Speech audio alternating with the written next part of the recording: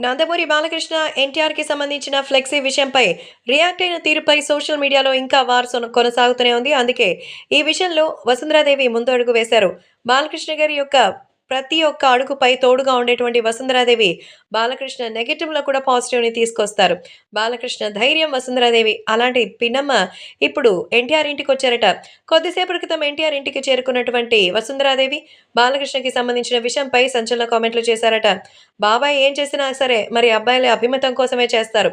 ఆయన దగ్గర కొన్ని బెట్టులు ఉన్నటువంటి వార్తలైతే వాస్తవం. కానీ అది నిజంగా ద్వేషమో, పగో కాదు. అది ఎన్టీఆర్‌కి బాగా తెలుసు. అనవసరంగా మీడియా రాద్ధాంతం చేస్తోంది.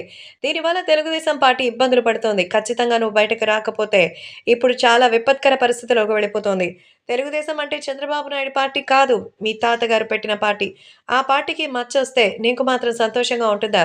బాబాయ్ అలా రియాక్ట్ అయ్యారంటే ఎందుకనేది అర్థం చేసుకొని ఖచ్చితంగా ఈ విషయంపై ఒక ఫుల్ స్టాప్ పెడతావని ఆశిస్తున్నానంటూ నందమూరి బాలకృష్ణ తీరుపై ఎన్టీఆర్‌కొచ్చి ఎక్స్‌ప్లెయిన్ చేసిందట. అలాగే తన కోసం తన చిన్నమ్మ రావడంతో ఎంతో సంతోషించిన మన ఎన్టీఆర్. సో, నిజంగానే బాలయ్య గురించి తెలుసు కాబట్టి అనవసరంగా ఇలాంటి విషయాలు కలుగజేసుకుంటే మరీ పెద్దవవుతాయి. అంతేకాకుండా దానివల్ల ఎలాంటి ప్రయోజనం కూడా ఉండదు. అలాగే ఆ హైప్‌ని తీసుకొచ్చిన వాళ్ళకే పేరొచ్చినట్టుగా అవుతుంది. అందుకే ఇంతవరకు రియాక్ట్ కాలేదని బాబాయ్ గురించి నాకంటే తెలుసుకున్న వాళ్ళు ఇంకెవరుంటారు? కాబట్టి బాబాయ్ ప్రేమైనా, కోపమైనా ఎప్పటికీ నేను స్వాగతిస్తూనే ఉంటానన్నారట జూనియర్ ఎన్టీఆర్. ప్రస్తుతం వసుంధరాదేవి వెళ్లి ఎన్టీఆర్‌ని ఈ విషయంపై క్లారిటీ తీసుకురావాలని, మీడియాతో మాట్లాడాలని కోరినట్టుగా అయితే తెలుస్తోంది.